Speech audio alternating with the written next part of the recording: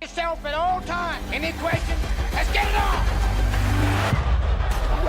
He did it again for Holyfield. Look out, he's pushed right here. It's over. I think they've just about had it. More fighting in the ring after the end of the fight. Tyson's trying to get at Holyfield again, I believe. It is here, and they're still fighting in there. Lightning speed, unreal strength, as well as unstoppable aggression. All these qualities once made Mike Tyson one of the most feared champions in boxing history, who with only one glance made his opponents shake with fear. But Iron Mike often had no control over his aggression, and this usually led to the real chaos, both in the ring and outside of it.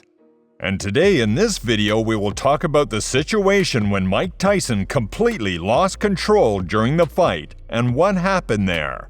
You will find out in this video, so be sure to watch till the end.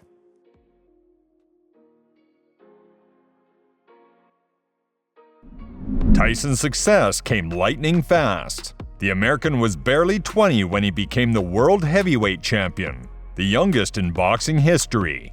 Soon he effortlessly took titles in 3 prestigious versions, WBC, WBA, and IBF, and became the absolute champion of the world. However, in the early 1990s, the athlete was drawn into parties, alcohol, and drugs, which led to a decline in results. Expected to see here. Shot that will finish things in. What an uppercut by Douglas. As a result, he sensationally lost the fight against James Douglas. This result is still considered one of the most sensational in the history of the sport. After that, Tyson faced some more problems with the law, because of which he spent 3 years in prison. Mike Tyson was released from prison in 1995. A few months before his release, Don King signed him to a new 6-fight contract. In the future, Mike will greatly regret this contract with the great promoter, but all of this will be later. During his absence, power in the royal weight passed from hand to hand. 1994 was the beginning of a troubled time in the heavyweight division. Both boxers who were at the top lost. Evander Holyfield lost to Michael Moore, and Lennox Lewis to Oliver McCall. At the top of the main organizations were people who weren't worthy of gold belts. George Foreman's great comeback against Michael Moore set a series of controversial events in the heavyweight division. All of these events did not please Boxing America. She was looking forward to the return of Iron Mike and hoped that Tyson would bring order to the heavyweight. Mike came back and really cleaned things up. He did it so quickly and easily that it took everyone's breath away.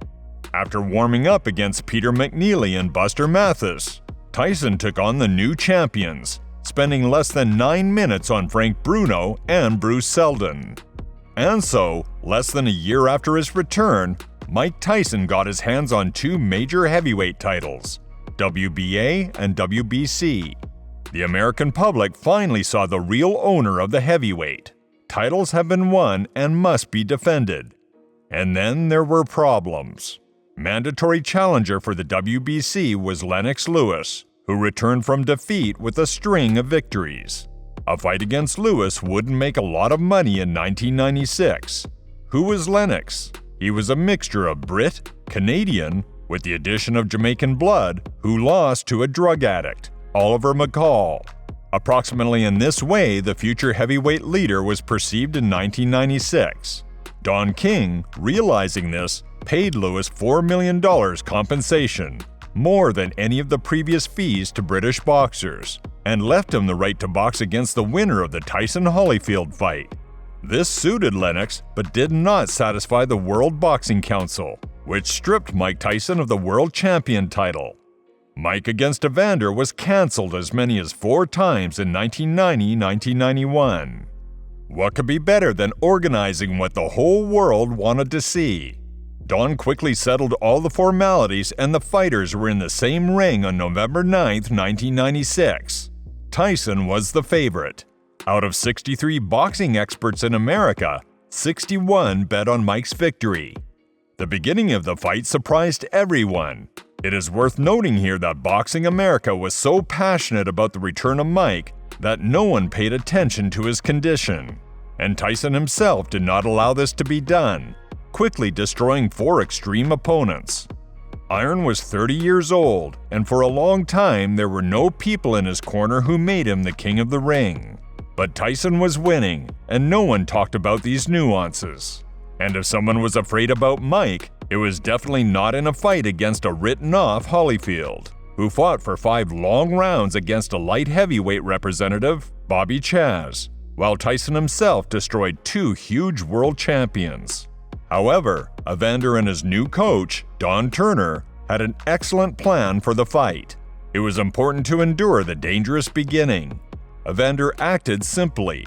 He tried to handle the right and develop an attack with the left. He did not have time to defend. He grabbed Mike, and not just grabbed, but pressed on him from above with the whole body.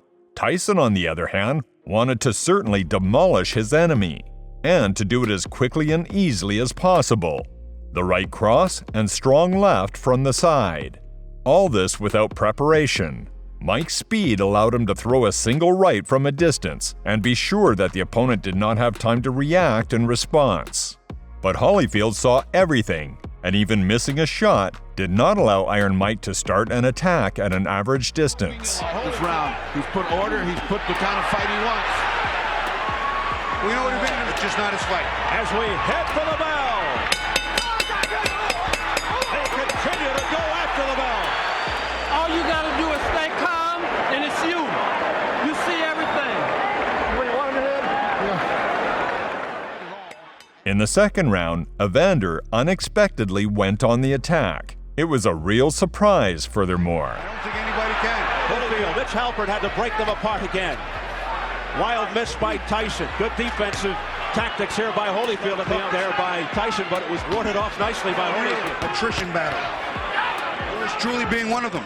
Mike is not overwhelming him like he did everybody else. Everybody else fell back. Hooks and uppercuts. Evander Holyfield is disorganizing Tyson. He's keeping him out of his He attack. knows what he has to do. It's just a matter of getting it done and finding the timing. Well, Tyson said he's more patient and more disciplined in the ring. Started turning on, and I think he sensed. The third and fourth rounds were like wrestling. Clinch and more clinch. Mike got stuck in the defensive tactics of his opponent. He forgot about body attacks. He wanted to be sure to punch Evander in the chin, which he skillfully hid behind his left shoulder. The clinch was a conscious tactic from Holyfield. Previous fight since prison. Prepare Holyfield. Oh, a straight right hand by Evander Holyfield that shook Tyson momentarily. He got Mike's attention. Mike's firing back, and now they're slow. And Mike is slowing. Mike maybe underestimated Michael. In the fifth round, Tyson got tired of these tactics and went on the attack. His powerful blows from below with both hands reached the target, but Evander stayed on his feet.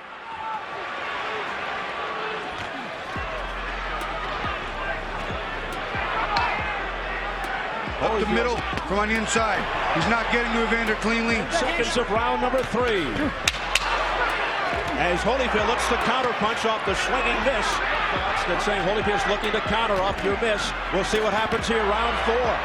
It's the longest it's gone since Holyfield is not letting Tyson do any of the quickly tying him up as he comes in.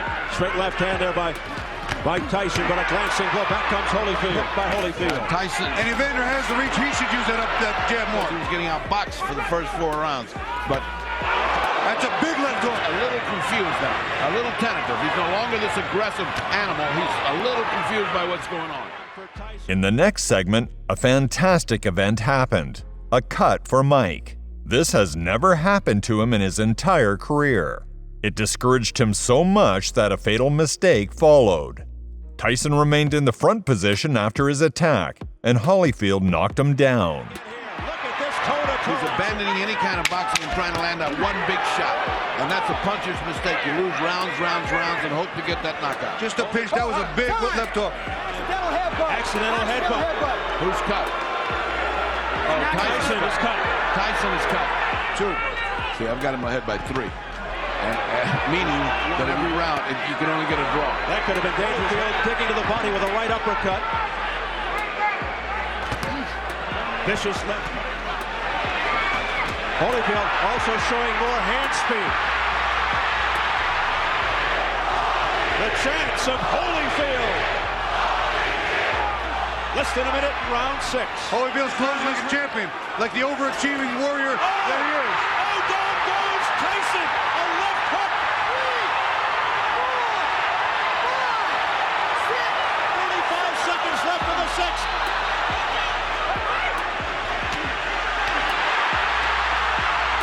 Evander Holyfield is letting it all hang out.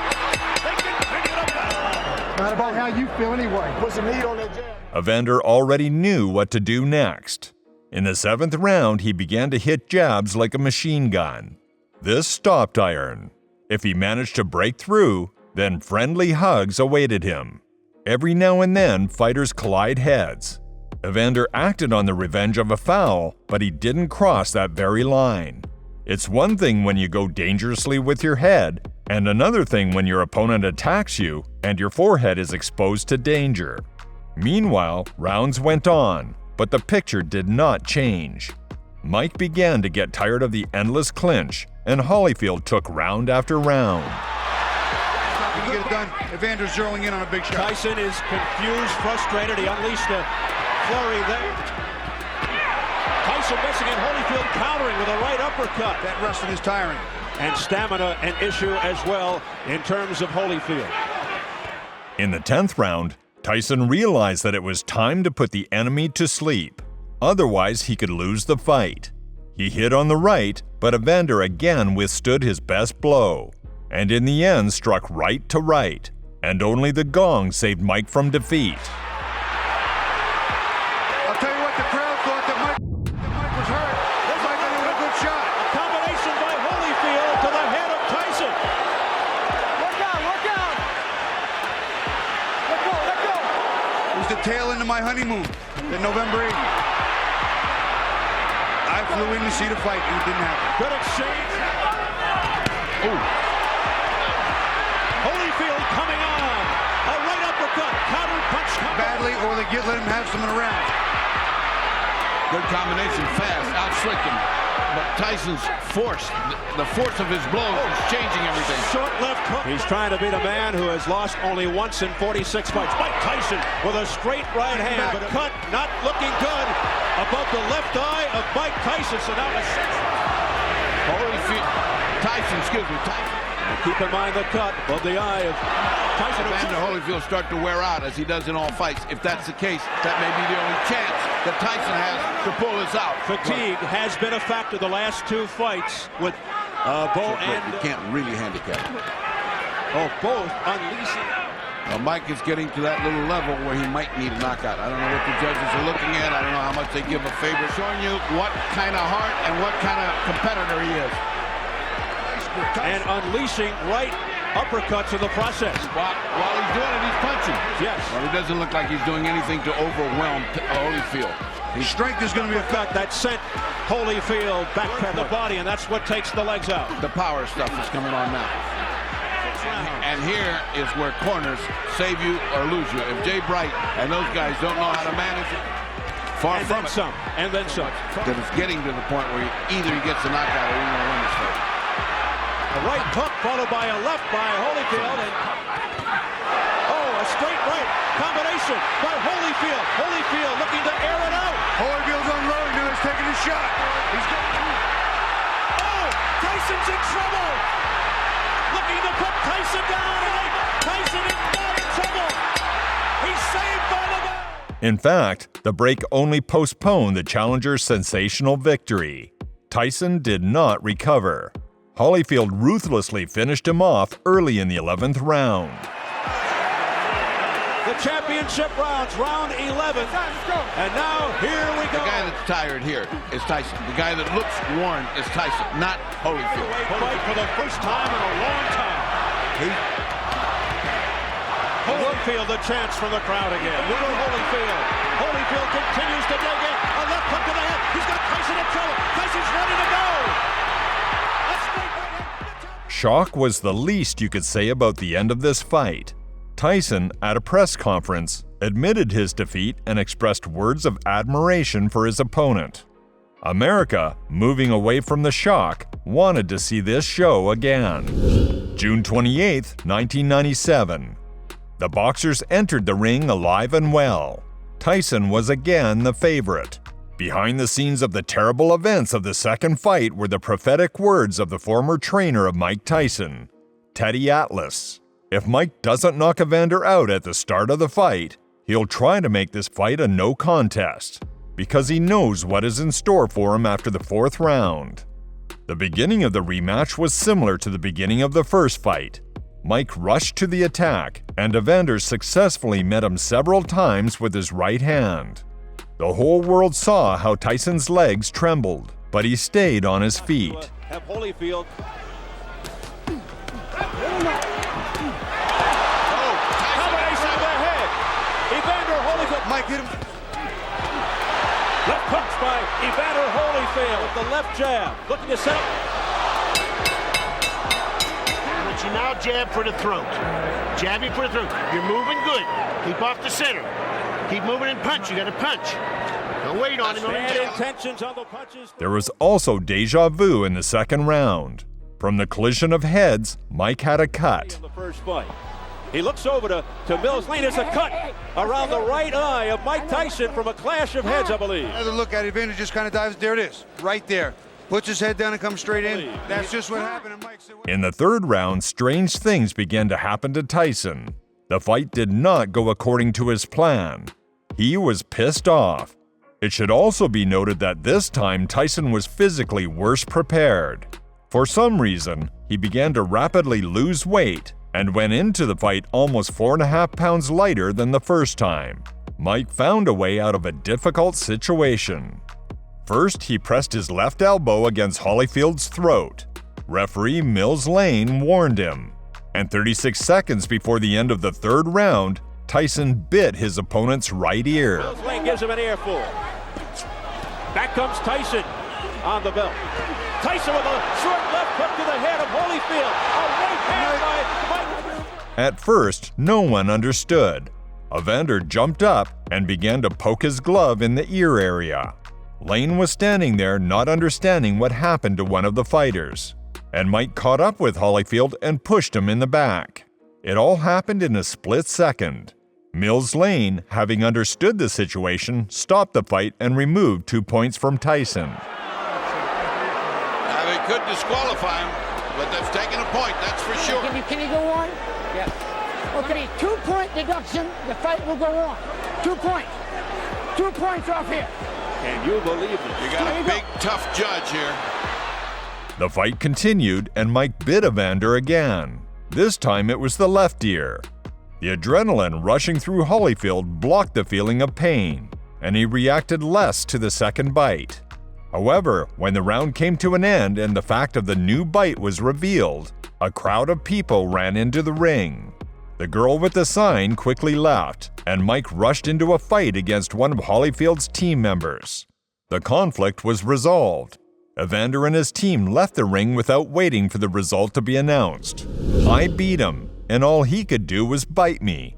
It was his only chance, a way to get away from the fight. He has no courage. He couldn't beat me and broke the rule. Evander Holyfield after the fight. Couldn't continue. Oh no, I disqualified Tyson for the second foul. I told him, do not do that again. You do, you're gone.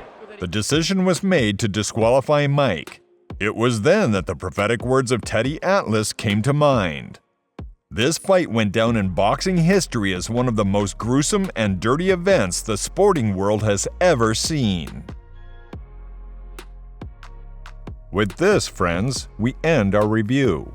I hope you found it interesting and informative. If so, support our channel with your likes and reposts. And thanks for watching.